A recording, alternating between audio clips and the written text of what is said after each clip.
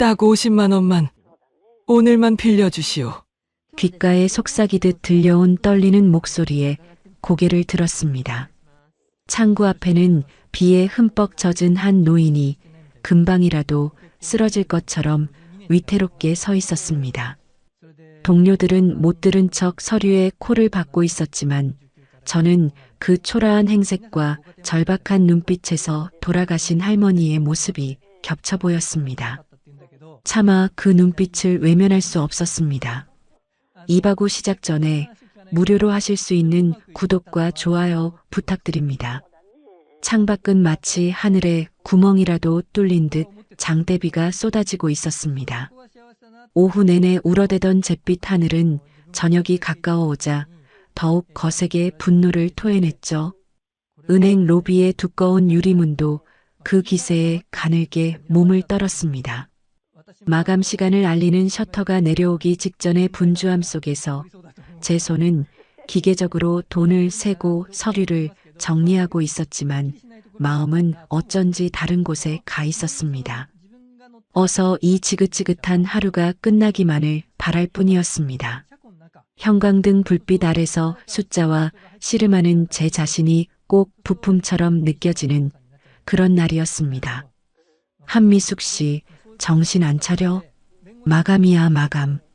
오늘따라 왜 이렇게 멍을 때려? 옆 창구의 박 대리가 뾰족한 목소리로 쏘아붙였습니다. 그녀의 붉은 립스틱이 유난히 눈에 거슬렸습니다. 저는 화들짝 놀라며 흐트러진 서류를 바로잡았습니다. 네, 정신 차려야죠.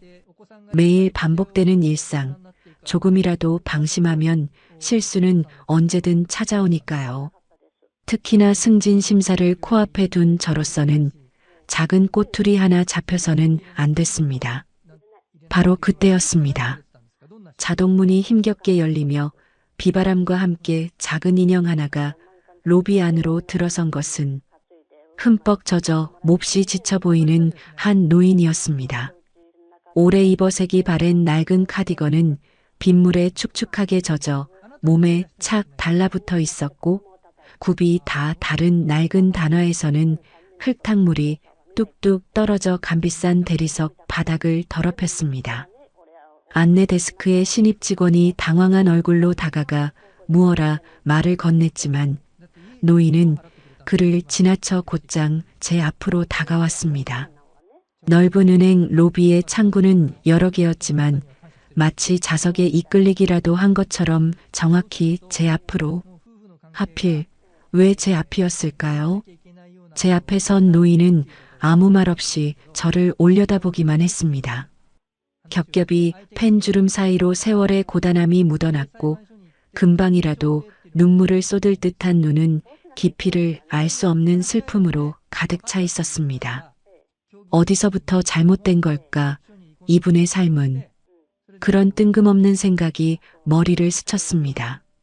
저는 애써 미소를 지으며 최대한 사무적인 목소리로 입을 열었습니다. 어르신, 무슨 일로 오셨어요? 업무 보시려면 번호표 뽑으셔야. 제 말이 채 끝나기도 전에 노인은 앙상한 손을 들어 제 앞에 유리 칸막이를 붙잡았습니다. 바들바들 떨리는 손, 그리고 그보다 더 떨리는 목소리. 딱 50만 원만 오늘만 빌려주시오. 순간 은행 로비의 모든 소음이 거짓말처럼 멎는 듯 했습니다. 제 귀에는 오직 그 한 문장만이 메아리 쳤습니다. 50만 원. 누군가에게는 하룻밤 술값도 안 되는 돈일 수 있고 누군가에게는 한 달 생활비일 수도 있는 돈. 하지만 저에게는 규정이라는 단단한 벽을 넘어야만 하는 불가능한 액수였습니다. 은행 창구에서 개인적인 돈을 빌려주는 행위는 명백한 규정 위반, 즉시 해고, 사유가 될 수도 있는 위험한 행동이었으니까요. 저 어르신, 여기는 돈을 빌려드리는 곳이 아닙니다. 대출 상담은 저쪽. 제가 원칙적인 답변을 내놓자 노인의 눈에서 기어이 눈물 한 방울이 툭 하고 떨어졌습니다. 그 눈물은 제 가슴 한복판으로 떨어져 뜨거운 파문을 일으키는 것만 같았습니다. 제발 영감이 쓰러졌는데 병원에서 당장 돈을 가져오라고 수중에 돈이 이것밖에 없어서 노인이 내민 손에는 꼬깃꼬깃 접힌 1,000원짜리 몇 장과 동전 몇 개가 전부였습니다. 그 돈을 꼭 쥔 손등은 핏줄이 앙상하게 드러나 있었고 검버섯이 거뭇하게 피어 있었습니다. 그 손을 보는 순간 10여 년 전 돌아가신 할머니가 떠올랐습니다. 폐렴으로 병원에 입원하셨을 때 병원비를 내지 못해 발을 동동 구르던 20살의 제가 있었습니다. 그때의 저는 아무것도 할 수 없었습니다. 그저 복도에 쪼그려 앉아 우는 것밖에는. 한미숙 씨, 뭐 하는 거야, 지금. 저분 때문에 다른 손님들 다 쳐다보잖아. 빨리 마감 안 해? 지점장님의 불호령이 등 뒤에 날아와 꽂혔습니다. 다른 직원들의 시선도 느껴졌습니다. 저 할머니 뭐야? 왜 하필 우리 지점으로 와서? 한미숙 저거 또 잃어버리겠네. 그런 수군거림이 비수처럼 날아와 박혔습니다. 저는 입술을 깨물었습니다. 머릿속에서는 안 돼. 규정 위반이야. 괜히 엮이지 마. 너 하나쯤 아니어도 누군가는 돕겠지. 하는 이성의 목소리가 울렸습니다. 하지만 가슴은 이미 다른 말을 하고 있었습니다. 저 눈을 어떻게 외면해. 저 손을 어떻게 뿌리쳐. 노인은 더 이상 아무 말도 하지 않았습니다. 그저 젖은 눈으로 저를 바라볼 뿐이었습니다. 그 침묵이 천마디 말보다 더 아프게 제 마음을 후벼 팠습니다. 마치 세상의 모든 슬픔과 절망을 짊어진 채 마지막 희망의 끈이라도 잡으려는 듯한 모습이었습니다. 저는 고개를 숙여 제 앞에 놓인 서류 더미를 바라보았습니다. 빼곡하게 적힌 숫자들, 고객들의 이름, 그리고 제가 지켜야 할 은행의 규정들. 이 차가운 종이들과 제 앞에서 울고 있는 저 노인 사이에서 저는 길을 잃고 헤매고 있었습니다. 나 하나 눈 감으면 그만인 일, 모른 척하면 아무 일도 일어나지 않을 것이다. 나는 승진할 것이고 아무 문제 없이 평범한 하루를 마무리할 것이다. 하지만 저 노인의 눈망울이 빗물인지 눈물인지 모를 그것이 자꾸만 제 발목을 잡았습니다. 어릴 적 배고프고 서러워 골목길에 쪼그려 앉아 울고 있을 때 아무도 저를 돌아보지 않았습니다. 그때의 차가운 공기, 외로움, 서러움이 파도처럼 밀려왔습니다. 내가 지금 이 노인을 외면한다면 그때의 나를 외면하는 것과 다를 바 없지 않은가. 그때의 나에게 괜찮다고 말해줄 어른이 한 명이라도 있었더라면 내 인생은 조금 달라졌을까? 얼마나 시간이 흘렀을까? 노인은 힘없이 몸을 돌리려 했습니다. 포기한 듯한 그 작은 어깨가 파르르 떨리는 것을 본 순간 제 안에 무언가가 끊어졌습니다. 이성을 누르고 본능이, 계산을 누르고 연민이 튀어나왔습니다. 이대로 저분을 보내면 평생 후회할 것 같았습니다. 내 할머니를 20살의 나를 2번 죽이는 기분이 들 것 같았습니다. 어르신, 잠시만 계세요. 저는 저도 모르게 다급하게 외쳤습니다. 탕비실로 달려가 사물함을 여는 제 손이 다급했습니다. 제 이름이 적힌 사물함 깊숙이 넣어두었던 비상금 봉투를 꺼내 들었습니다. 월급날마다 만약을 위해, 그리고 언젠가 닥칠지 모를 불행을 위해 조금씩 모아두었던 돈. 그 봉투의 묵직함이 오늘따라 유난히 무겁게 느껴졌습니다. 비상금 봉투를 꺼내는 그 짧은 순간 수만 가지 생각이 머리를 스쳐 지나갔습니다. 미쳤어, 한미숙. 이걸로 끝이야. 하지만 이미 멈출 수 없었습니다. 육중한 철제 셔터가 굉음을 내며 내려오고 은행 로비의 모든 소음이 단숨에 삼켜졌습니다.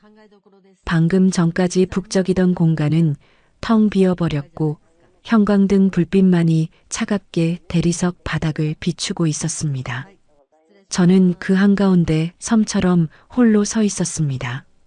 제 손에는 아직도 사물함에서 꺼내온 비상금 봉투가 들려 있었습니다. 그 안에는 지난 몇 년간의 제 인내와 미래에 대한 작은 희망이 함께 담겨 있었죠.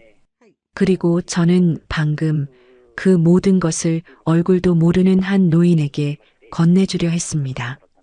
어르신, 잠시만요. 포기한 듯 힘없이 돌아서던 노인의 작은 어깨가 제 목소리에 파르르 떨렸습니다. 노인이 천천히 고개를 돌렸을 때 그 눈에 잠시 머물렀던 체념의 그림자가 옅게 흩어지는 것을 보았습니다. 저는 더 이상 망설이지 않았습니다. 탕비실로 달려가 사물함을 여는 제 손이 다급했습니다. 비상금 봉투를 꺼내는 그 짧은 순간 수만 가지 생각이 머리를 스쳐 지나갔습니다. 미쳤어, 한미숙. 이걸로 끝이야. 하지만 이미 멈출 수 없었습니다. 다시 창구로 돌아온 저는 아무도 눈치채지 못하게 서류 뭉치 아래로 조심스럽게 봉투를 밀어 넣었습니다. 유리 칸막이 아래의 작은 틈으로 봉투가 노인의 손으로 건네졌습니다. 거칠고 차가운 손끝이 잠시 제 손등에 스쳤습니다. 그 차가운 감촉에 심장이 쿵 하고 내려앉는 것 같았습니다. 마치 제 모든 온기를 빼앗아가는 듯한 서늘한 기운이었습니다. 이거 제가 빌려드리는 거예요. 은행 돈 아니에요. 제 목소리가 형편없이 떨리고 있었습니다. 혹시나 누가 들을까 싶어 개미처럼 작은 목소리였지만 그 안에는 제 모든 용기가 담겨 있었습니다. 제 목소리를 들었는지 옆 창구 박대리가 흘깃하고 저를 쳐다보는 것이 느껴졌지만 애써 무시했습니다. 그러니까 꼭 갚으러 오셔야 해요. 아셨죠? 어쩌면 갚으러 오라는 말은 제 자신에게 하는 다짐이었을지도 모릅니다. 이 돈이 그저 사라지는 것이 아니라 반드시 돌아올 것이라는 제 선택이 틀리지 않았다는 마지막 자기 위안이었을 겁니다. 이성이 아니라 감정이 시키는 대로 한 행동에 대한 최소한의 합리화였을 뿐입니다. 노인은 말없이 봉투를 받아들었습니다. 그리고 저를 한번 깊이 바라보았습니다. 그 눈에는 더 이상 슬픔이 아닌 알 수 없는 어떤 빛이 담겨 있었습니다. 고마움일까 아니면 다른 무언가일까? 저는 그 눈빛의 의미를 읽어낼 수 없었습니다. 노인은 아무 말 없이 몸을 돌려 은행을 나섰습니다. 빗줄기 속으로 사라지는 그 작은 뒷모습을 보며 저는 왠지 모를 안도감과 함께 묵직한 불안감에 휩싸였습니다. 이제 주사위는 던져졌다. 돌이킬 수 없는 강을 건넜다는 생각에 다리가 후들거렸습니다. 한미숙 씨, 이제야 나오네. 아주 소설을 쓰시지, 그래. 심파극 주인공이라도 된 줄 알아? 탈의실에서 옷을 갈아입고 나오자 박 대리가 팔짱을 낀 채 비꼬는 말투로 저를 맞았습니다. 그녀의 입가에는 노골적인 비웃음이 걸려 있었습니다. 다른 동료들도 곁눈질로 저를 훑으며 자기들끼리 수군거렸습니다. 그들의 목소리는 작았지만 텅 빈 공간에서는 유난히 크게 울렸습니다. 글쎄, 돈을 줬다니까. 자기 돈을. 저번에 점심값 빌려달라고 할 땐 없다고 하더니. 미쳤나 봐. 저 할머니 다른 지점에서도 몇 번 나타났던 전문 사기꾼일 수도 있는데. 그러게 말이야. 착한 척은 혼자 다 하더니 꼴 좋다. 저러다 지점장님 귀에 들어가서 징계나 받으면 어쩌려고. 승진은 다 글렀네. 그들의 목소리가 날카로운 유리 조각이 되어 제 몸에 박히는 것 같았습니다. 특히 승진이라는 단어가 심장을 찔렀습니다. 저는 아무 대꾸도 할 수 없었습니다. 아니, 하지 않았습니다. 무슨 말을 한들 변명처럼 들릴 테니까요. 그저 묵묵히 제 가방을 챙겨 은행을 나섰습니다. 싸아 하고 쏟아지는 빗소리가 제 심란한 마음을 대변해 주는 것 같았습니다. 우산을 펼쳤지만 어깨 한쪽이 축축하게 젖어드는 것은 막을 수 없었습니다. 마치 제 마음에 구멍이라도 난 것처럼 차가운 빗물이 스며드는 기분이었습니다. 집으로 가는 버스 창밖은 온통 회색빛이었습니다. 빗물에 번진 도시의 불빛들이 꼭 울고 있는 눈동자 같았죠. 제 손에는 이제 아무것도 남아있지 않았습니다. 텅 비어버린 비상금 봉투의 감촉이 자꾸만 손끝에 맴돌았습니다. 통장의 잔고보다 더 허전한 것은 확신 없는 선행 뒤에 찾아온 공허함이었습니다. 과연 저는 옳은 선택을 한 것일까요? 저 노인은 정말 다시 돌아올까요? 만약 돌아오지 않는다면 그 50만 원은 제 한 달 월세와 맞먹는 돈이었습니다. 당장 다음 달부터 어떻게 버텨야 할지 막막했습니다. 쓰러진 할아버지는 괜찮으실까? 문득 그런 생각이 들자 가슴 한구석이 조금은 따뜻해지는 것 같기도 했습니다. 하지만 그 온기는 이내 사기꾼이면 어떡하지? 라는 차가운 불안에 식어버렸습니다. 집에 도착해 텅 빈 방에 들어서는 순간 외로움이 파도처럼 밀려왔습니다. 약혼자 준호 씨에게 전화를 걸까 망설였습니다. 이 답답한 마음을 털어놓고 싶었지만 그를 걱정시키고 싶지는 않았습니다. 그는 언제나 제 편이었지만 미숙 씨는 너무 착해서 탈이야라고 말하며 웃어넘길 그의 반응이 상상되자 왠지 더 비참해질 것 같았습니다. 그의 눈에 저는 어리석고 순진한 사람으로 보이고 싶지 않았습니다. 그날 밤 저는 잠을 설쳤습니다. 꿈속에서 할머니와 그 노인이 번갈아 나타나 저를 바라보고 있었습니다. 할머니는 아무 말 없이 웃고 계셨지만 노인의 얼굴은 안개에 가린 듯 흐릿하여 표정을 읽을 수가 없었습니다. 아침에 눈을 떴을 때 온몸이 땀으로 흠뻑 젖어 있었습니다. 밤새 악몽이라도 꾼 사람처럼 심장은 여전히 불안하게 뛰고 있었죠. 다음 날 은행으로 출근하는 발걸음은 천근만근 무거웠습니다. 혹시나 어제의 일이 알려져 징계를 받게 되지는 않을까? 아니, 그보다 더 두려운 것은 제 스스로에 대한 실망감이었습니다. 어리석은 동정심 때문에 돌이킬 수 없는 실수를 저지른 것은 아닐까? 은행 문을 열고 들어서는 순간 모든 직원의 시선이 제게 쏠리는 것 같았습니다. 지레 겁을 먹은 저는 고개도 들지 못한 채 제 자리로 향했습니다. 하지만 다행인지 불행인지 아무도 어제 일에 대해 더는 언급하지 않았습니다. 그저 그들의 눈빛 속에 담긴 한심한 애라는 낙인만이 선명하게 느껴질 뿐이었습니다. 그렇게 하루가 지났습니다. 노인은 돌아오지 않았습니다. 이튿날도 마찬가지였습니다. 저는 매일 마감 시간이 되면 혹시나 하는 마음에 자동문 쪽을 힐끔거렸습니다. 하지만 그 문을 열고 들어오는 것은 언제나 낯선 얼굴들 뿐이었습니다. 점심시간에는 일부러 창가 자리에 앉아 밖을 내다보기도 했습니다.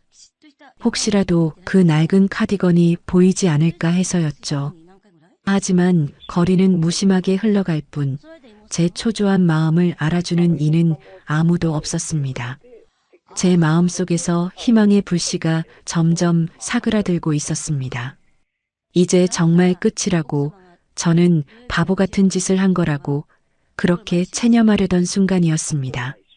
밤사이 내린 비는 그쳤지만 제 마음의 장마는 끝날 기미를 보이지 않았습니다. 그 일이 있고 정확히 3일째 되는 날 아침, 저는 거의 모든 것을 체념한 상태였습니다.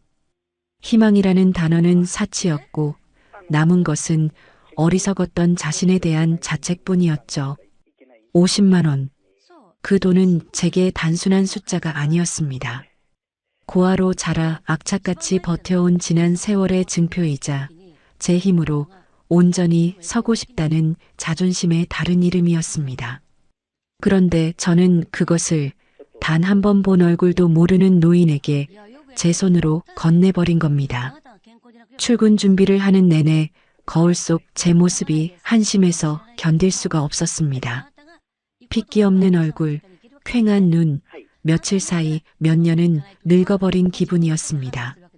한미숙, 너 정말 바보구나.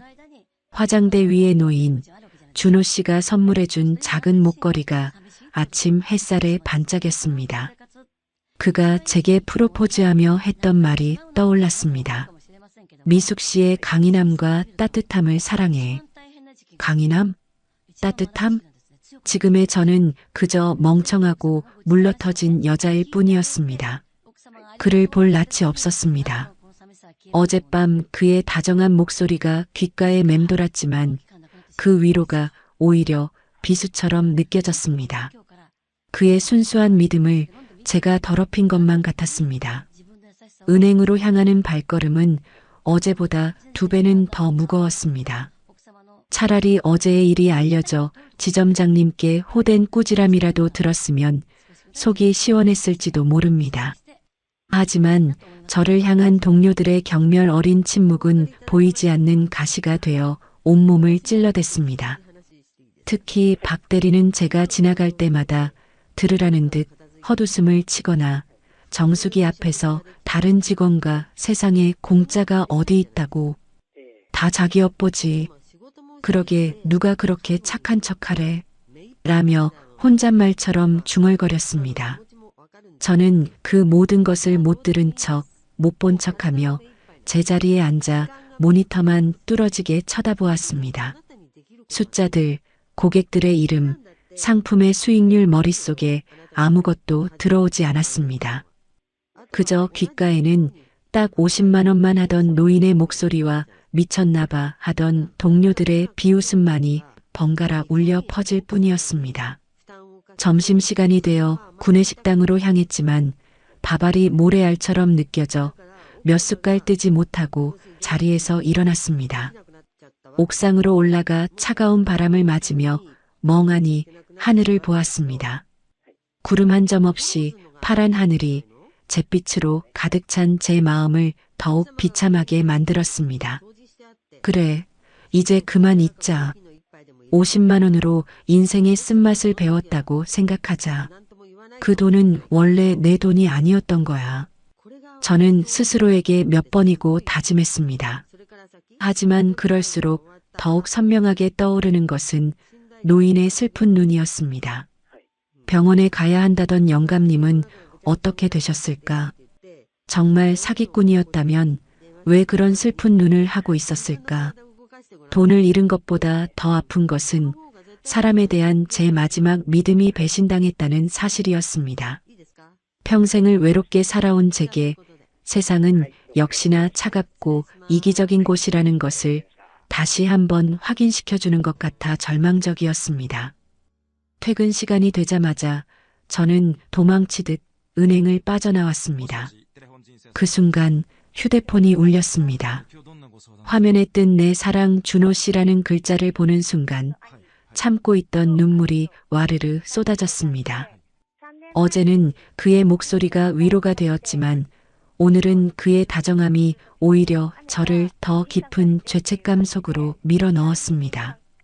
저는 차마 전화를 받지 못하고 흐느끼며 빌딩 사이의 후미진 골목길 구석에 쪼그려 앉았습니다. 어릴 적 서러울 때마다 그랬던 것처럼 세상에 혼자만 남겨진 기분이었습니다. 한참을 울고 있을 때 누군가 제 어깨에 따뜻한 손을 얹었습니다. 미숙 씨 여기서 뭐 하고 있어요? 전화는 왜 안 받고? 내가 얼마나 걱정했는데. 준호 씨였습니다. 걱정 가득한 그의 얼굴을 보자 저는 어린아이처럼 더 큰 소리로 울음을 터뜨렸습니다. 그는 아무 말 없이 저를 자신의 품에 꼭 안아주었습니다. 그의 넓은 가슴에 얼굴을 묻고 한참을 울고 나니 조금은 진정이 되었습니다.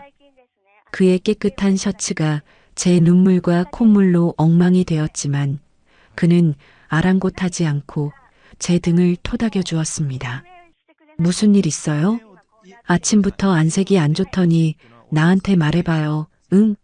나 못 믿어요? 그의 다정한 목소리에 저는 결국 모든 것을 털어놓았습니다. 3일 전 비 오던 날의 일, 제 앞에 나타난 노인, 규정을 어기고 제 비상금을 건넨 것, 그리고 그 이후에 끝없는 불안과 동료들의 냉대까지.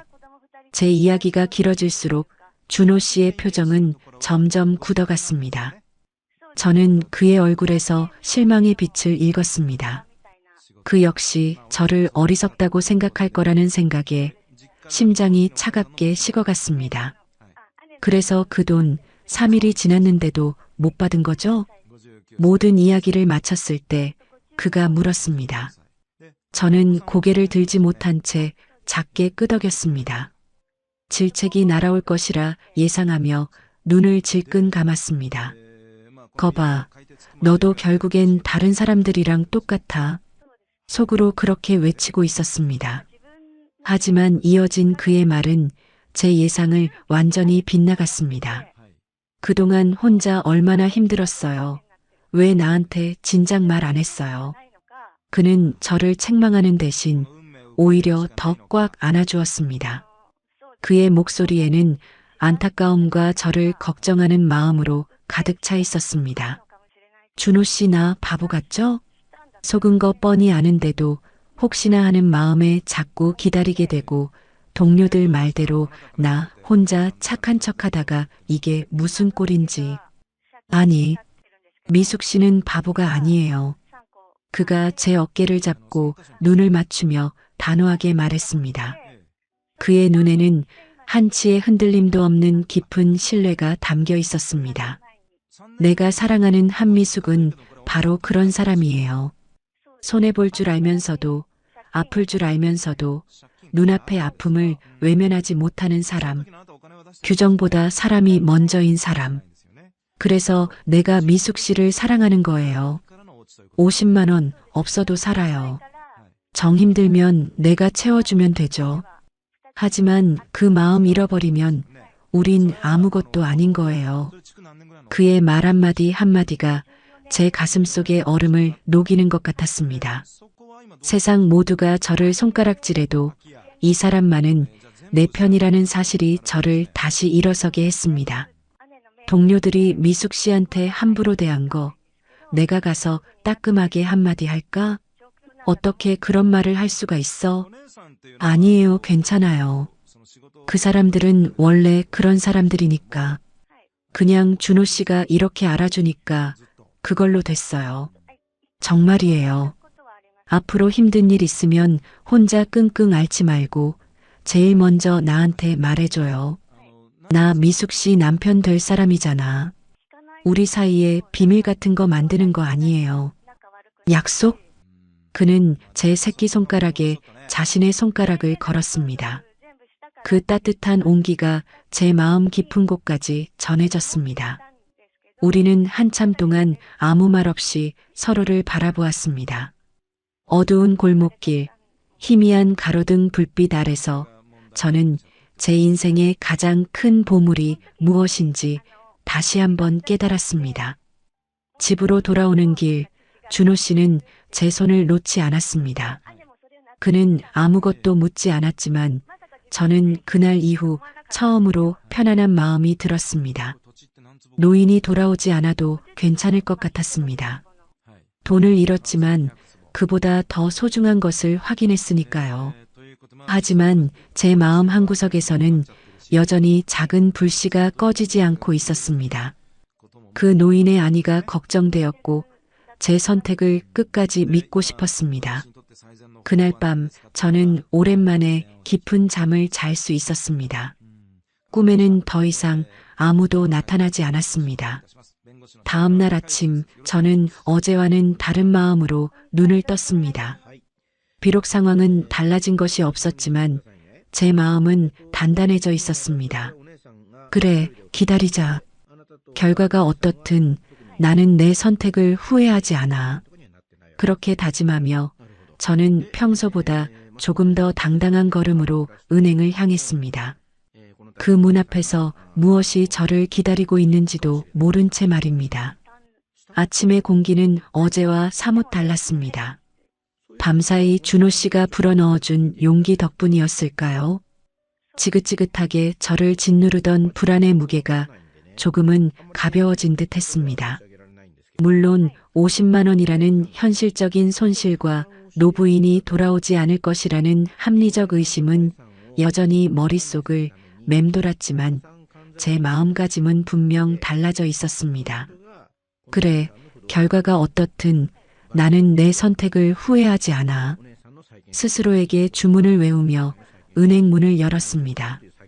저를 발견한 박 대리가 코웃음을 치며 어깨를 으쓱했지만 어제처럼 주눅 들지는 않았습니다. 오히려 저는 옅은 미소와 함께 가볍게 목례를 하고 제자리로 향했습니다. 제 그런 태도가 의외였는지 박 대리의 얼굴에 잠시 당혹감이 스치는 것을 똑똑히 보았습니다. 그 작은 변화만으로도 통쾌함에 가슴이 뻥 뚫리는 기분이었습니다. 그래요. 세상이 나를 어떻게 보든 나를 믿어주는 단 한 사람만 있다면 버틸 수 있는 거였습니다. 오전 업무는 정신없이 흘러갔습니다. 이상하리만치 제 손은 빨랐고 머리는 명쾌했습니다. 복잡한 서류 작업도 까다로운 고객 응대도 막힘없이 해냈습니다. 어쩌면 모든 것을 체념했기에 가능해진 평온일지도 몰랐습니다. 더 이상 잃을 것이 없다는 생각이 들자 오히려 일에 집중할 수 있게 된 것이죠. 점심을 먹고 들어오는 길, 창밖으로 쏟아지는 햇살이 유난히 따스하게 느껴졌습니다. 3일 전 그토록 원망스러웠던 잿빛 하늘과는 전혀 다른 풍경이었습니다. 하지만 그 평온은 신기루처럼 손에 잡힐 듯 하다가도 이내 흩어지는 한낮의 아지랑이처럼 그리 오래가지 않았습니다. 오후 3시를 막 넘긴 시각이었습니다. 하루 중 가장 나른하고 조용한 시간. 대부분의 고객들이 빠져나가고 몇몇 직원들은 잠시 턱을 괜 채 모니터를 응시하고 있을 때였죠. 바로 그때 은행 밖에서 무언가 이질적인 움직임이 포착되었습니다.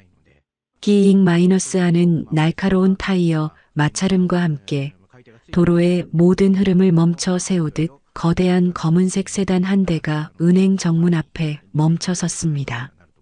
마치 시간이 멈추고 그 차 한 대만을 위한 무대가 펼쳐진 듯한 비현실적인 정적이 흘렀습니다. 그것은 단순한 고급차가 아니었습니다. 칠흑 같은 검은색 도장은 비현실적일 정도로 매끄러운 광택을 뿜어냈고 차체의 유려한 곡선은 마치 잘 훈련된 흑표범의 근육을 연상케 했습니다. 주변을 지나던 행인들이 모두 걸음을 멈추고 차를 쳐다보았고 은행 안의 몇몇 직원들도 창가로 다가가 웅성거리기 시작했습니다. 세상에, 저 차 뭐야? 영화에서나 보던 건데. 저거 몇 억은 우습게 넘는다는 그 모델 아니야? 우리나라에 몇 대 없다고 들었는데. 박 대리의 목소리가 흥분으로 떨리고 있었습니다. 제 심장도 이유 없이 쿵, 쿵 하고 울리기 시작했습니다. 불길한 예감이라기보다는 거대한 무언가가 다가오고 있다는 막연한 위압감이 온몸을 짓눌렀습니다. 마치 거대한 파도 앞에 선 모래알처럼 저의 존재가 한없이 작아지는 기분이었습니다. 그 순간 지점장실 문이 벌컥 열리며 상기된 얼굴의 지점장님이 튀어나왔습니다.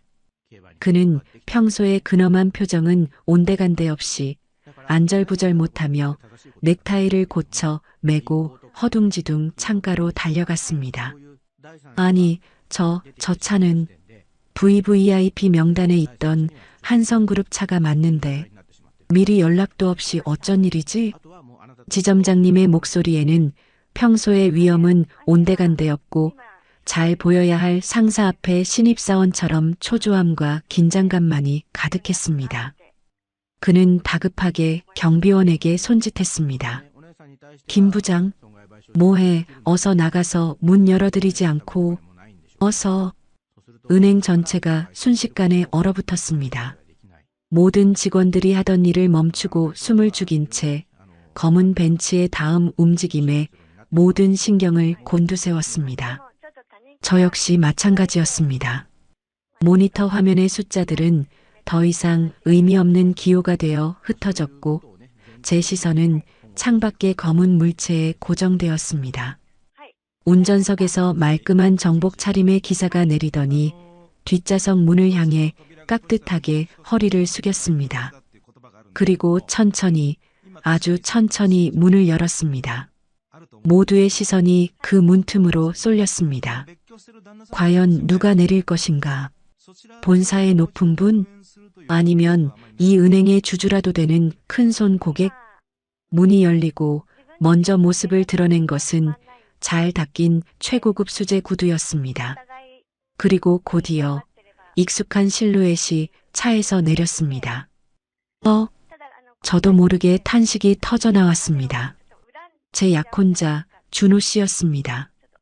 평소에 편안한 캐주얼 차림이 아닌 몸에 딱 맞는 완벽한 핏의 네이비색 정장을 입은 모습, 머리부터 발끝까지 제가 한 번도 본 적 없는 낯설고도 차가운 분위기를 풍기고 있었습니다. 왜 준호 씨가 저 차에서 내리는 거지? 머릿속이 하얗게 변했습니다. 그는 저를 발견하고 잠시 놀란 듯 눈이 커졌지만 이내 복잡한 표정으로 시선을 피했습니다. 세상에, 저 남자 한미숙 씨 약혼자 아니야? 맞네, 맞아. 대박, 저 사람이 저런 차를 탈 정도였어? 그냥 평범한 회사원인 줄 알았는데. 박 대리와 동료들의 수군거림이 귓전을 때렸지만 제대로 들리지 않았습니다. 저는 준호 씨의 다음 행동에 모든 신경을 집중했습니다. 그는 차에서 내린 뒤 몸을 돌려 다시 차 안으로 손을 뻗었습니다. 누군가의 손을 잡고 에스코트 하려는 듯한 아주 정중하고 부드러운 동작이었습니다. 그리고 마침내 그녀가 모습을 드러냈습니다. 차에서 내린 것은 한 중년 여성이었습니다. 흐트러짐 하나 없는 단아한 쪽머리, 귓불에 단정하게 자리 잡은 진주 귀걸이, 몸의 곡선을 우아하게 감싸는 아이보리색 실크 블라우스와 무릎까지 오는 단정한 스커트. 3일 전 비에 젖어 남루한 행색으로 제 앞에 서 있던 그 노인이라고는 도저히 상상할 수 없는 모습이었습니다. 하지만 저는 알 수 있었습니다. 그 얼굴, 그 눈빛, 세월의 흔적은 고스란히 남아 있었지만 슬픔과 절망 대신 기쁨과 위엄으로 가득 차 있었습니다. 시간이 멈췄습니다. 온 세상의 소리가 사라지고 오직 제 심장이 터질 듯이 울리는 소리만이 고막을 때렸습니다. 머릿속에서 두 개의 이미지가 겹쳐졌습니다. 빗물에 젖어 오들오들 떨며 딱 50만 원만이라 속삭이던 초라한 노인의 모습, 그리고 지금 한치의 흐트러짐도 없이 당당하게 서서 저를 바라보는 기품 있는 여성의 모습. 어르신? 입술 사이로 간신히 새어나온 목소리는 제 것이 아닌 것 같았습니다. 제가 잃어버렸던 50만 원, 지난 3일간 저를 괴롭혔던 불안과 후회, 동료들의 비웃음, 그리고 준호 씨의 따뜻했던 위로, 그 모든 것들이 거대한 퍼즐 조각이 되어 제 눈앞에서 맞춰지고 있었습니다. 준호 씨가 왜 제게 그렇게 확신에 차서 말했는지, 왜 그의 위로가 그토록 따뜻했는지, 이제야 모든 것이 이해되기 시작했습니다. 아니, 이해하고 싶지 않았습니다. 그 순간 그 여인, 아니 준호 씨의 어머니가 저를 향해 아주 옅은 알 수 없는 미소를 지어 보였습니다.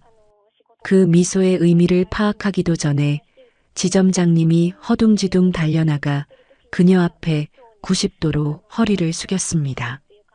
회장님, 어인 일이십니까? 한성그룹 회장님께서 여기까지 행차하시고 미리 연락이라도 주셨으면 저희가 공항까지 마중을 나갔을 겁니다. 회장님, 지점장님의 그 한마디는 제 세상의 모든 소리를 집어삼킨 거대한 블랙홀과도 같았습니다. 저는 그 자리에 얼어붙은 채 숨쉬는 법조차 잊어버린 것 같았습니다. 눈앞에 서 있는 기품 있는 여성과 3일 전 비에 젖어 제게 돈을 빌리던 초라한 노인의 모습이 산산조각 난 유리 파편처럼 머릿속에서 뒤섞여 저를 어지럽혔습니다. 그 두 개의 이미지는 도저히 하나로 합쳐지지 않았습니다. 저를 향한 준호 씨의 눈빛에는 미안함과 안타까움, 그리고 차마 말하지 못한 수많은 감정들이 담겨 있었습니다. 그는 제게 무언가 말을 하려는 듯 입술을 달싹였지만 그의 어머니, 아니 한성그룹의 한 회장이 그보다 먼저였습니다. 그녀는 지점장에게는 눈길 한 번 주지 않은 채 오직 저만을 똑바로 응시하며 나지막이 말했습니다. 한미숙 씨 맞으시죠? 조용한 곳에서 이야기 좀 나눴으면 하는데 시간 괜찮으시겠어요? 그 목소리는 3일 전에 떨리고 갈라지던 목소리와는 전혀 다른 낮고 부드러우면서도 거역할 수 없는 힘을 담고 있었습니다. 저는 대답할 수 없었습니다. 고개를 끄덕이거나 저을 힘조차 남아있지 않았습니다. 제 의지와는 상관없이 지점장님이 제 등을 떠밀다시피 하며 길을 안내했습니다. 아, 예, 회장님. 이쪽입니다. 저희 은행 최고의 VIP실로 모시겠습니다. 저는 꼭두각시 인형처럼 발이 땅에 닿는 감각도 느끼지 못한 채 복도를 걸었습니다. 제 양옆으로 동료들의 경악과 호기심, 그리고 노골적인 시기심이 가득한 시선들이 비수처럼 날아와 박혔습니다. 특히 박 대리는 방금 전까지 저를 벌레 보듯 하던 눈을 동그랗게 뜨고 믿을 수 없다는 표정으로 입을 해 벌리고 있었습니다. 그 표정을 보니 이상하게도 눈물이 날 것 같았습니다. 지난 며칠간의 서러움이 한꺼번에 밀려오는 듯 했습니다. 최고급 원목으로 장식된 VIP실의 육중한 문이 열렸습니다. 안으로 들어서자 바깥의 소라는 거짓말처럼 차단되었고 오직 정막만이 공간을 가득 메웠습니다. 값비싼 가죽 소파와 벽에 걸린 추상화, 은은한 조명, 모든 것이 비현실적이었습니다. 한 회장은 익숙하게 소파 가장 안쪽에 자리를 잡았고 준호 씨는 제 곁에서 어쩔 줄 몰라 하며 서 있었습니다. 앉아요, 한미숙 씨. 한 회장의 말에 저는 마지못해 그녀의 맞은편 소파 끝에 걸터 앉았습니다. 온몸의 신경이 바늘처럼 곤두서 소파의 부드러운 감촉조차 느껴지지 않았습니다. 지점장님이 직접 차를 내왔지만 찻잔을 든 제 손은 사시나무처럼 떨려 금방이라도 떨어뜨릴 것만 같았습니다. 찻잔이 달그락거리는 소리가 VIP실의 정적을 깨뜨렸습니다. 다들 나가 있어도 좋습니다. 준호, 너도. 어머니, 하지만 미숙 씨가. 괜찮다. 한미숙 씨와 나 단둘이 할 이야기가 있으니. 그녀의 단호한 말에 준호 씨는 망설이다가 제게 괜찮을 거야라는 눈빛을 보내고는 VIP실을 나갔습니다. 문이 닫히고 그 거대한 공간에 저와 그녀 단둘만이 남게 되자 숨이 턱 막혀왔습니다. 이제 모든 것이 끝장이라는 생각, 아니, 이제부터가 진짜 시작이라는 생각에 눈앞이 캄캄해졌습니다. 많이 놀랐겠죠. 침묵을 깬 것은 그녀였습니다. 저는 고개를 들지 못했습니다. 지금 제 얼굴이 어떤 표정을 하고 있을지 저 자신도 두려웠기 때문입니다. 제가 왜 그랬는지 궁금할 겁니다. 어쩌면 원망스러울 수도 있겠지요. 멀쩡한 아들 약혼자를 상대로 거지 행세를 하며 돈을 빌렸으니. 그녀의 목소리는 지극히 담담했고 그 어떤 감정도 실려있지 않았습니다. 그 차가운 평온함이 오히려 저를 더 분노하게 만들었습니다. 지난 3일간 저는 지옥을 오갔는데 이 사람은 아무렇지 않게 그 일을 입에 올리고 있었습니다. 원망스럽냐고요? 당연한 걸 물으시네요. 저도 모르게 날카로운 목소리가 튀어나왔습니다. 더 이상 두려워하고 싶지 않았습니다. 잃을 것도 없다는 생각이 들자 오히려 용기가 솟았습니다. 회장님께는 그저 재미있는 연극이었을지 모르지만 저한테는 제 인생이 걸린 문제였습니다. 지난 3일 동안 제가 어떤 심정이었는지 아세요? 회장님의 그 50만 원 때문에 저는 회사에서 웃음거리가 되고 매일 밤 잠도 못 자고 제가 얼마나 비참하고 한심했는지 아시냐고요. 저도 모르게 소리치고 있었습니다. 찻잔을 쥔 손이 부들부들 떨렸습니다. 그녀는 제 격한 반응에도 놀라지 않고 그저 흥미롭다는 듯 저를 지켜볼 뿐이었습니다. 그 모습에 저는 더욱 비참해졌습니다. 그래서 그 50만 원이 그렇게 아까웠다는 건가요? 그녀가 차갑게 물었습니다. 네. 내 아들과 결혼하면 그까짓 50만 원은 돈도 아닐 텐데 겨우 그 돈 때문에 그렇게 힘들어했다니 조금 실망스럽군요. 그녀의 말은 날카로운 얼음 송곳이 되어 제 심장을 꿰뚫었습니다. 이 사람은 지금 나를 시험한 것을 넘어 조롱하고 있었습니다. 돈 때문이 아닙니다. 돈이 아까워서가 아니라 저는 회장님을 걱정했습니다. 비에 젖은 모습이 안쓰러웠고 병원에 가셔야 한다는 말씀에 마음이 아팠습니다. 제 할머니가 생각나서 사람에 대한 마지막 믿음이라.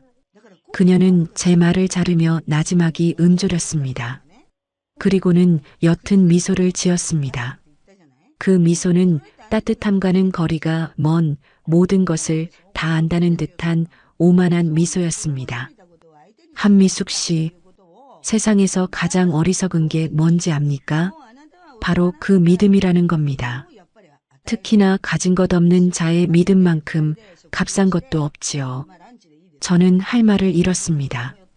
이 사람은 제가 생각했던 것과는 전혀 다른 사람이었습니다. 내가 왜 그랬는지 알려줄까요? 준호가 당신 이야기를 하더군요. 고아 출신이지만 누구보다 성실하고 마음이 따뜻한 사람이라고. 하지만 나는 믿지 않았습니다. 가난 속에서 자란 사람들은 둘 중 하나거든. 돈에 미치거나 아니면 돈을 초월한 성자가 되거나. 나는 한미숙 씨가 어느 쪽인지 내 눈으로 직접 확인하고 싶었을 뿐입니다. 그녀는 자리에서 일어나 창가로 걸어갔습니다. 창밖을 내다보는 그녀의 뒷모습에서 차가운 위압감이 뿜어져 나왔습니다. 당신이 내게 돈을 건네는 순간 나는 당신이 전자가 아니라는 것을 확인했습니다. 하지만 동시에 의심이 들었죠. 혹시 더 큰 것을 얻기 위한 계산된 동정은 아니었을까? 내 아들의 배경을 알고 미리 점수를 따기 위한 영악한 연기는 아니었을까? 아닙니다. 저는 정말 그래서 오늘 이 자리를 만든 겁니다.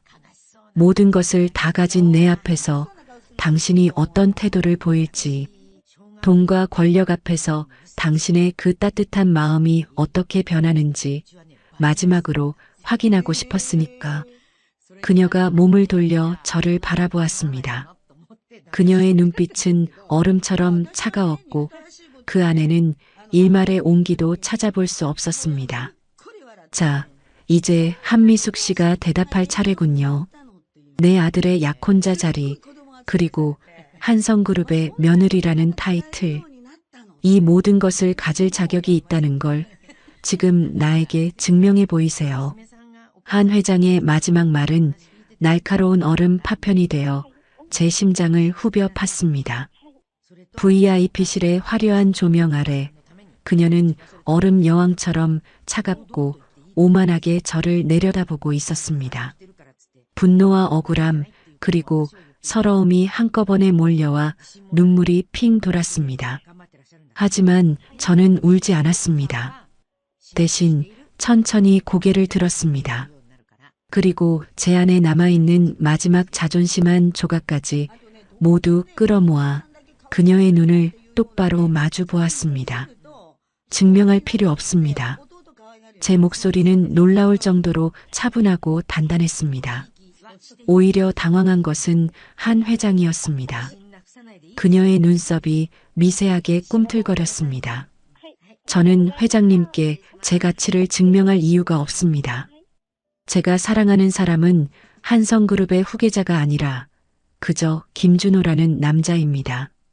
그리고 회장님께서 제 마음을 돈과 권력 앞에서 변질될 수 있는 값싼 동정으로 여기신다면 저는 회장님의 며느리가 될 자격이 없는 사람이겠지요.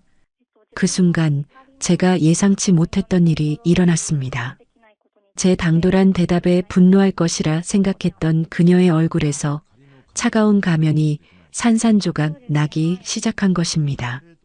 그녀의 눈가가 파르르 떨리더니 그 안에서 아주 오랜 시간 억눌러왔던 깊은 슬픔과 회한의 감정이 파도처럼 밀려나왔습니다. 그녀는 힘없이 소파에 주저앉았습니다. 그녀의 완벽하게 곧았던 어깨가 무너져 내리는 것을 저는 똑똑히 보았습니다. 그래요, 당신 말이 맞아요. 내가 틀렸습니다. 그녀의 목소리는 더 이상 얼음 여왕의 것이 아니었습니다. 깊은 상처를 안고 평생을 살아온 한 나약한 인간의 목소리였습니다. 나는 평생을 그렇게 살아왔습니다. 사람을 믿지 못하고 모든 것을 시험하고 의심하면서 그렇게 하지 않으면 살아남을 수 없었으니까. 이 자리까지 올라오면서 내 등 뒤에 얼마나 많은 칼이 꽂혔는지 당신은 상상도 못할 겁니다. 그녀의 시선은 VIP실의 화려한 샹들리에를 넘어 더 멀고 아득한 어딘가를 향해 있었습니다. 그녀의 목소리를 따라 제 눈앞에는 낯선 과거의 풍경이 펼쳐지기 시작했습니다. 그녀의 이야기는 잿빛 필름처럼 제 머릿속에서 상영되었습니다. 20살 단돈 10만 원을 들고 무작정 서울로 올라왔다는 그녀. 가진 것도 배운 것도 기댈 곳도 없는 시골 처녀가 낯선 도시의 거리를 헤매는 모습이 그려졌습니다. 일꾼 구함이라는 종이가 붙은 허름한 식당 문을 열었지만 꾀죄죄한 행색만 보고 내쫓는 주인의 냉정한 손길에 상처받았을 그녀의 어린 마음이 느껴졌습니다. 식당 문이 닫히는 소리는 세상이 그녀를 향해 문을 닫는 소리처럼 들렸을 겁니다. 며칠을 굶고 시장 구석에 쪼그려 앉아 다른 사람들이 먹다 버린 붕어빵 끄트머리를 쳐다보았다는 대목에서는 저도 모르게 목이 메었습니다. 배고픔보다 더 컸을 인간적인 모멸감, 투명 인간이 된 듯한 외로움. 그때 좌판의 한 할머니가 내민 따뜻한 국밥 한 그릇. 그녀는 그 국밥을 눈물과 함께 꾸역꾸역 입에 밀어 넣었다고 했습니다. 그 국밥은 그저 배를 채우는 음식이 아니었을 겁니다. 너도 귀한 사람이다라고 말해주는 세상의 유일한 목소리였을 겁니다. 제 상상 속에서 그 국밥의 온기는 그녀의 얼어붙은 몸과 마음을 녹여주는 유일한 빛처럼 느껴졌습니다. 그녀의 이야기가 끝나고 다시 VIP실의 현실로 돌아왔을 때 한 회장의 눈에는 어느새 눈물이 그렁그렁 맺혀 있었습니다. 그때 그 국밥 한 그릇이 지금의 저를 만들었습니다. 세상은 저를 무시하고 짓밟았지만 그 할머니는 제게 사람의 온기를 가르쳐 주셨습니다. 돈이 없어도 가진 것이 없어도 사람은 사람에게 기댈 수 있다는 것을요. 저는 그날 이후 다짐했습니다. 나도 언젠가 성공하면 반드시 사람을 귀하게 여기는 사람이 되겠다고, 돈 위에 사람이 있는 세상을 만들겠다고요. 저는 숨을 죽인 채 그녀의 이야기를 들었습니다. 그녀의 주름진 얼굴 위로 낯선 서울 하늘 아래서 외롭게 울던 한 젊은 여인의 얼굴이 겹쳐 보였습니다. 저는 더 이상 그녀가 무섭거나 원망스럽지 않았습니다. 오히려 깊은 연민과 동질감이 느껴졌습니다. 그녀와 저는 결국 같은 상처를 가진 사람들이었습니다. 그녀가 쓴 차가운 가면은 사실 여린 속살을 보호하기 위한 갑옷이었던 겁니다. 하지만 세상은 제 뜻대로 되지 않더군요. 성공을 향해 달려갈수록 제 주변에는 제 돈과 권력을 보고 몰려드는 사람들 뿐이었습니다. 진심을 내보이면 약점이 되어 돌아왔고 믿음은 배신으로 되갚아졌습니다. 형제처럼 믿었던 동업자는 제 전 재산을 들고 도망쳤고 친딸처럼 아꼈던 비서는 제 경영 비밀을 경쟁사에 팔아넘겼습니다. 저는 살아남기 위해 제 자신을 지키기 위해 점점 더 차갑고 단단한 갑옷을 껴입어야만 했습니다. 그러다 보니 어느새 저는 그때 그 식당 주인처럼 사람을 겉모습으로 판단하고 의심하는 괴물이 되어 있었던 겁니다. 그녀는 고개를 숙인 채 자신의 손을 내려다보았습니다. 그 손은 값비싼 반지들로 치장되어 있었지만 어딘지 모르게 외로워 보였습니다. 평생을 쌓아온 전사의 훈장 같기도 동시에 누구도 잡아주지 않은 고독의 증표 같기도 했습니다.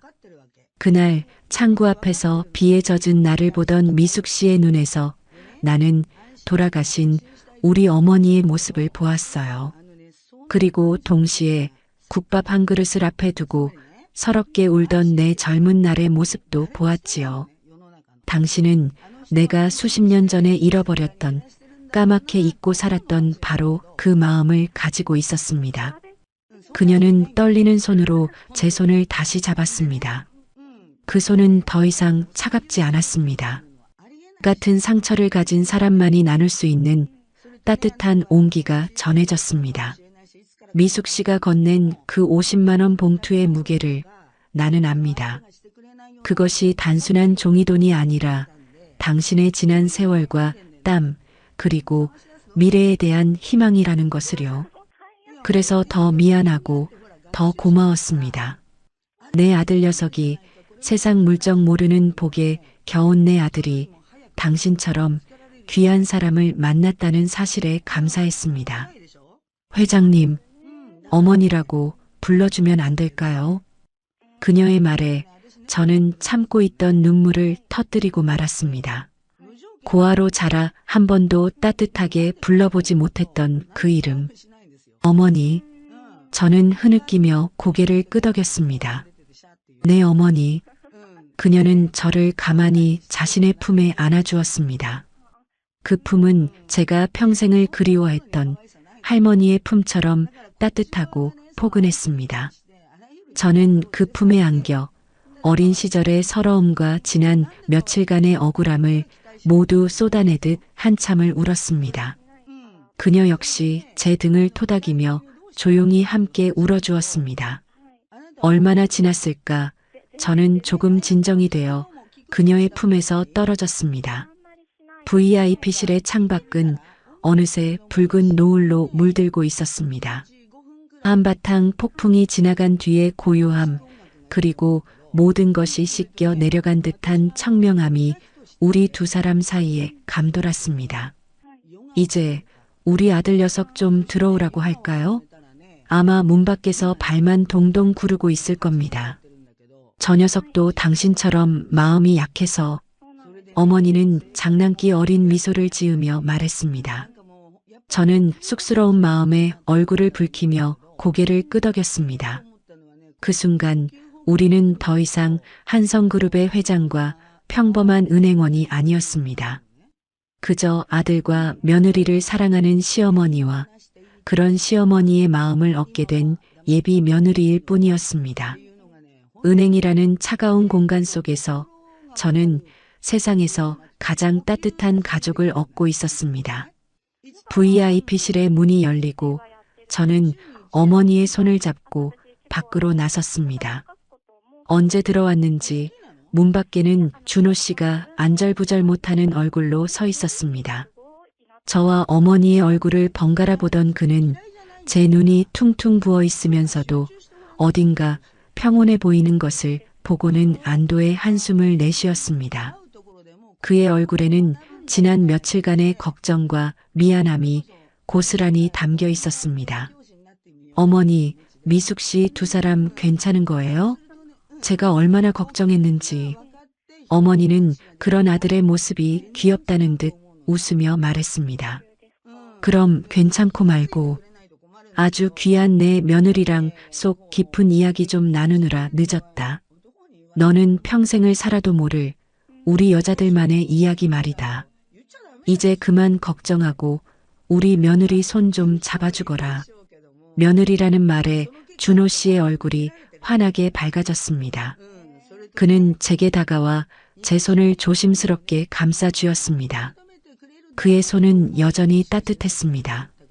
그 온기가 제 마음속에 마지막 불안까지 녹여주는 것 같았습니다. 우리가 함께 VIP실 복도를 걸어 나오자 은행 로비의 모든 시선이 다시 한번 우리에게로 쏠렸습니다.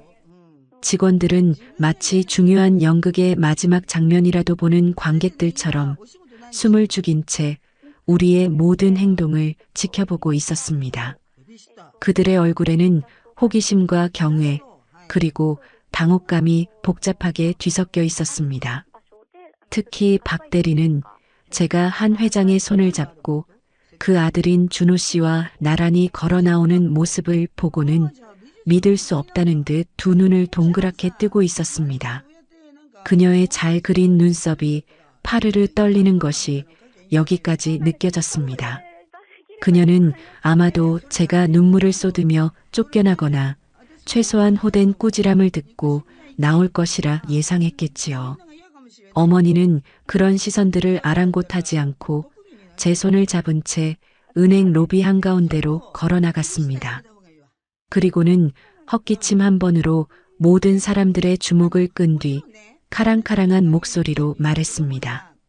그 목소리는 VIP실에서의 부드러운 목소리와는 다른 수많은 직원들을 호령해 온 경영자의 목소리였습니다.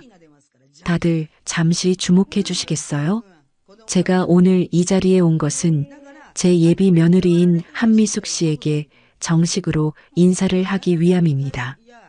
은행 안은 찬물을 끼얹은 듯 조용해졌습니다. 예비 며느리. 그 한마디에 모두가 얼어붙었습니다. 직원들은 서로의 얼굴을 쳐다보며 눈빛을 교환했습니다. 그들의 눈에는 설마 저 한미숙이 말도 안 되라는 글자가 쓰여 있는 것 같았습니다. 며칠 전 이 은행에 아주 남루한 모습으로 찾아왔던 노인을 기억하는 분들이 있을 겁니다. 그 노인은 바로 저였습니다. 저는 제 아들이 사랑하는 이 사람이 과연 어떤 마음을 가진 사람인지 제 눈으로 직접 확인하고 싶었습니다. 어머니의 시선이 직원들 한 명 한 명을 천천히 훑었습니다. 그 시선이 닿는 곳마다 직원들은 죄라도 지은 사람처럼 고개를 숙이거나 시선을 피했습니다. 특히 평소 저를 무시하고 험담하던 몇몇 직원들의 얼굴은 새하얗게 질려 있었습니다. 박 대리는 이제 얼굴에 핏기라고는 찾아볼 수 없었고 금방이라도 쓰러질 것 같았습니다. 많은 분들이 저를 외면하고 심지어는 귀찮아하는 눈치였습니다. 하지만 여기 한미숙 씨는 달랐습니다. 자신의 승진이 걸려 있을지도 모르는 상황에서 규정을 어겨가면서까지 자신의 소중한 돈을 낯선 노인에게 선뜻 내주었습니다. 손해볼 것을 알면서도 사람의 도리를 먼저 생각한 겁니다. 어머니는 말을 잠시 멈추고 저를 따뜻한 눈으로 바라보았습니다. 제 어깨를 감싸 안는 그녀의 손길에서 저를 향한 깊은 신뢰와 애정이 느껴졌습니다. 저는 오늘 한미숙 씨가 잃어버렸던 그 돈을 갚으러 왔습니다. 그녀는 함께 따라온 비서에게 눈짓했습니다.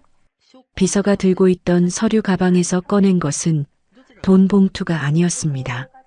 그것은 고급스러운 벨벳으로 장식된 예물함과 두툼한 서류철이었습니다.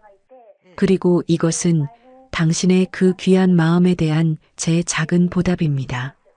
돈으로는 결코 갚을 수 없는 마음의 빚이니까요. 어머니는 제 앞에서 직접 예물함을 열었습니다. 그 안에는 눈부시게 빛나는 다이아몬드 목걸이와 귀걸이가 들어 있었습니다. 주변에서 나지막한 탄성이 터져 나왔습니다. 박 대리는 질투와 부러움이 뒤섞인 신음을 내뱉었습니다. 하지만 저를 더 놀라게 한 것은 함께 건네진 서류철이었습니다. 이게 뭐예요, 어머니? 내가 우리 준호랑 결혼해서 살 집이란다. 내가 너희를 위해 준비한 작은 선물이야. 그리고 이건 어머니는 서류철의 다른 부분을 펼쳐 보였습니다. 그곳에는 대출금 전액 상환 확인서라는 글자가 선명하게 찍혀 있었습니다. 제가 입사 초기에 받았던 학자금 대출, 그리고 아픈 할머니의 병원비를 위해 받았던 대출, 평생을 갚아도 다 갚지 못할 것 같았던 매달 제 월급의 절반을 앗아가던 그 족쇄 같은 빚이 깨끗하게 정리되어 있었습니다.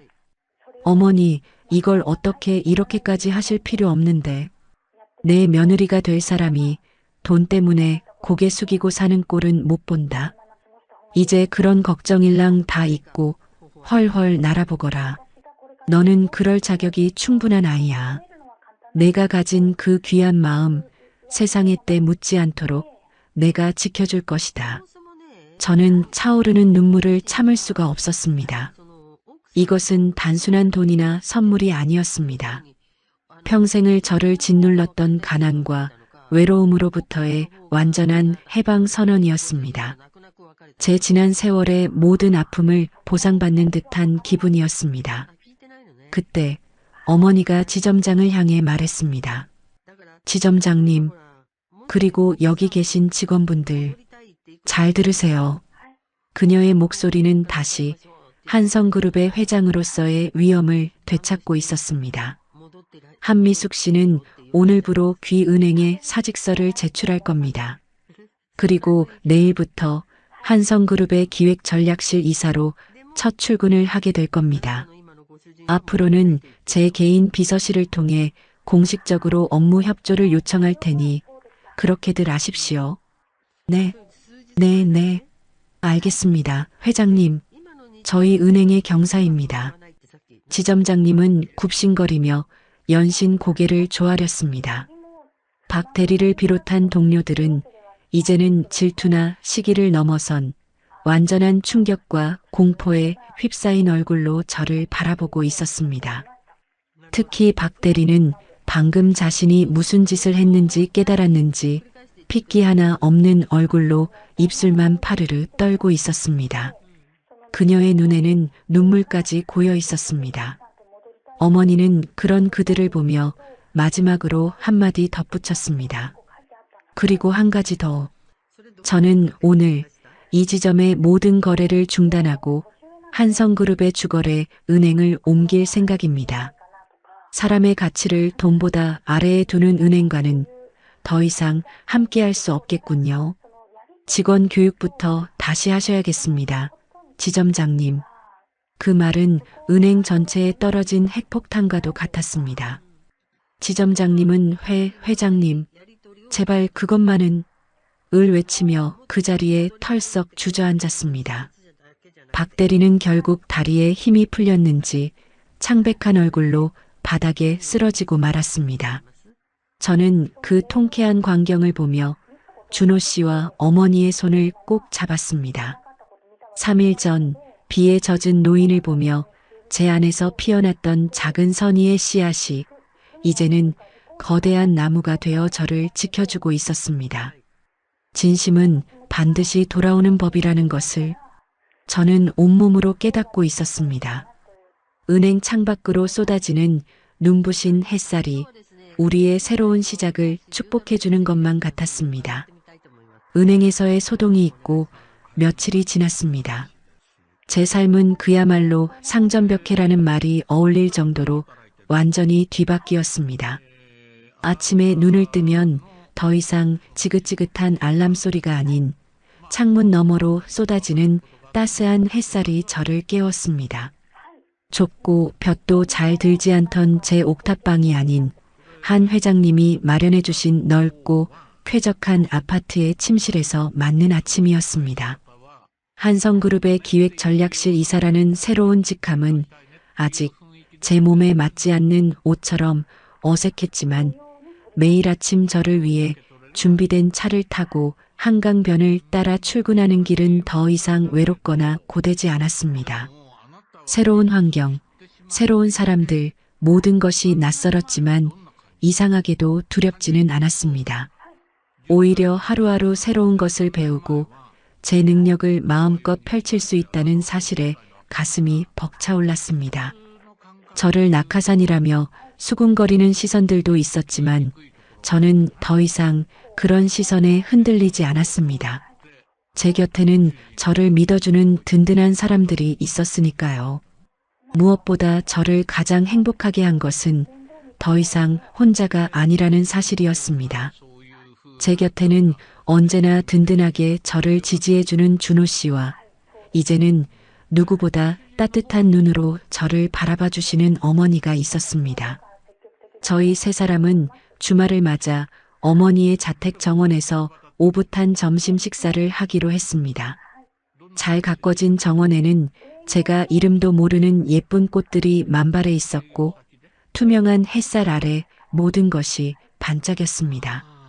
하얀 파라솔 아래 놓인 테이블에는 먹음저장스럽게 차려진 음식들이 가득했습니다.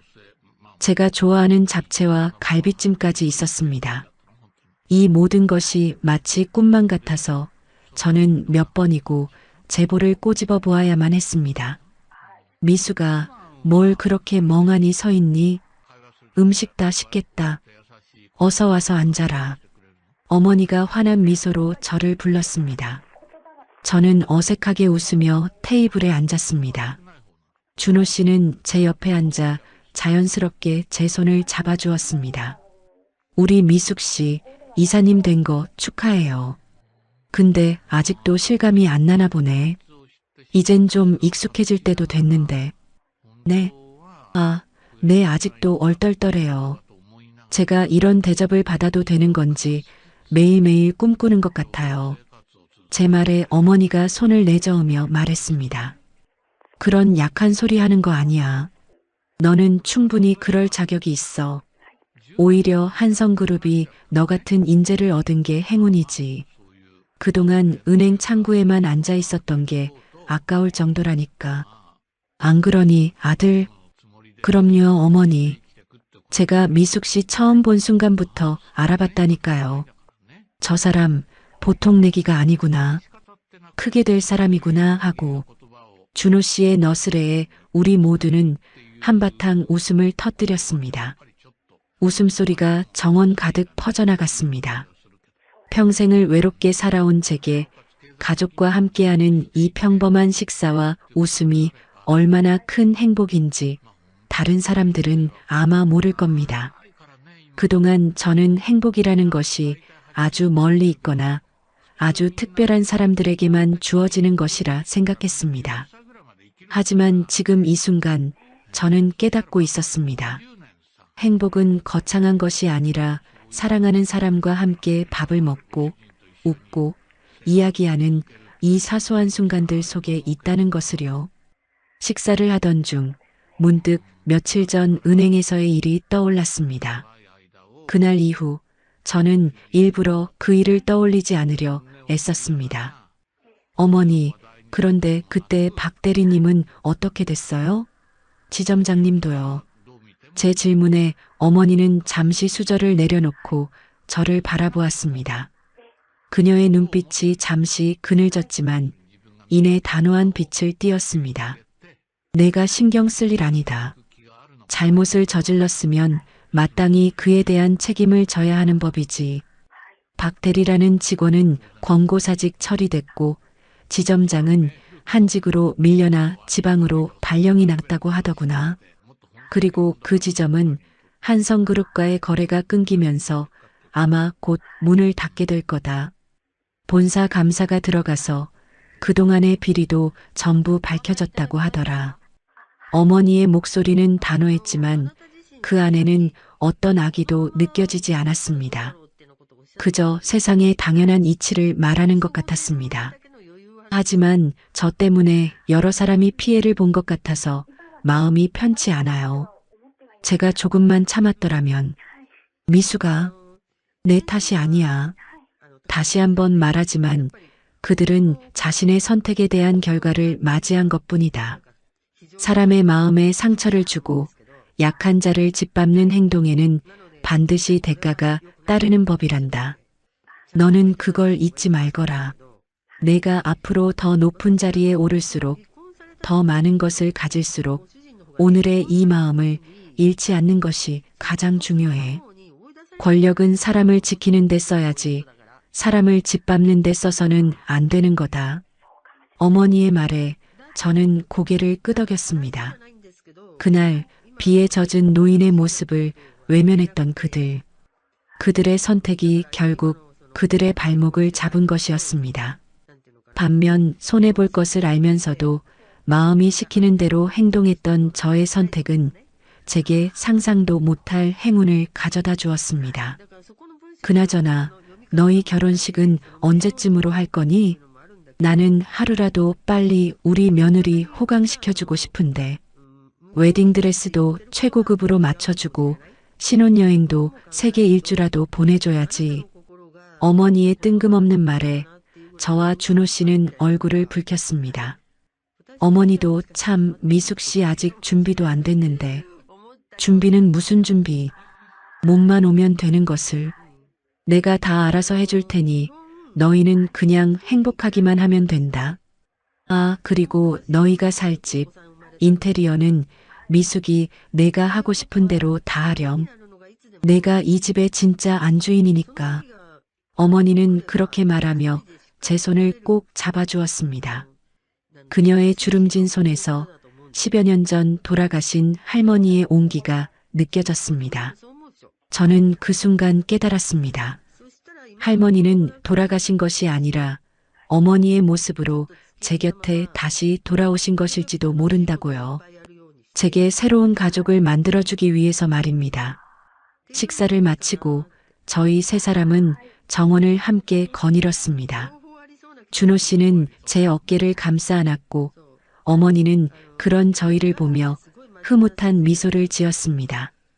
저는 문득 하늘을 올려다보았습니다. 3일 전 저를 절망에 빠뜨렸던 그 잿빛 하늘은 온데간데였고 눈이 시리도록 푸른 가을 하늘이 펼쳐져 있었습니다. 저는 그날의 저를 떠올렸습니다. 50만 원을 손에 쥐고 과연 옳은 선택인지 수없이 되뇌던 불안한 제 모습. 하지만 만약 그때로 다시 돌아간다고 해도 저는 똑같은 선택을 했을 겁니다. 손해를 보더라도 후회할지라도 저는 눈앞의 아픔을 외면할 수 없는 사람이니까요. 그리고 이제 저는 압니다. 진심을 다한 작은 행동 하나가 때로는 한 사람의 인생을, 아니 세상 전체를 바꿀 수도 있다는 것을. 진심은 비록 더디고 어리석어 보일지라도 결국에는 가장 올바른 길로 우리를 안내한다는 것을요. 저는 제 곁을 지키고 있는 두 사람, 제 새로운 가족의 손을 더욱 꽉 잡았습니다. 눈부신 햇살 속에서 제 인생의 새로운 챕터가 이제 막 시작되고 있었습니다. 그리고 그 이야기의 첫 문장은 아마도 이렇게 쓰일 것 같았습니다. 진심은 반드시 돌아온다. 오늘의 이바구는 여기까지입니다. 우리는 살면서 수많은 선택의 기로에 놓입니다. 때로는 이성적인 판단과 차가운 계산이 우리를 더 나은 길로 이끌 것이라 믿습니다. 하지만 이 이야기를 통해 저는 아주 작은 진심 하나가 가진 거대한 힘에 대해 말하고 싶었습니다. 비에 젖은 낯선 이에게 건넨 50만 원. 그것은 어리석고 무모한 선택처럼 보였지만 결국 한 사람의 인생을 구원하고 새로운 가족을 만들어주는 기적의 씨앗이 되었습니다. 미숙의 이야기는 진심은 결코 배신하지 않으며 가장 혹독한 시련 속에서도 사람의 따뜻한 마음만이 유일한 희망이 될 수 있음을 보여줍니다. 이 이야기가 여러분의 팍팍한 일상에 작은 위로와 따뜻한 울림을 주었기를 바랍니다.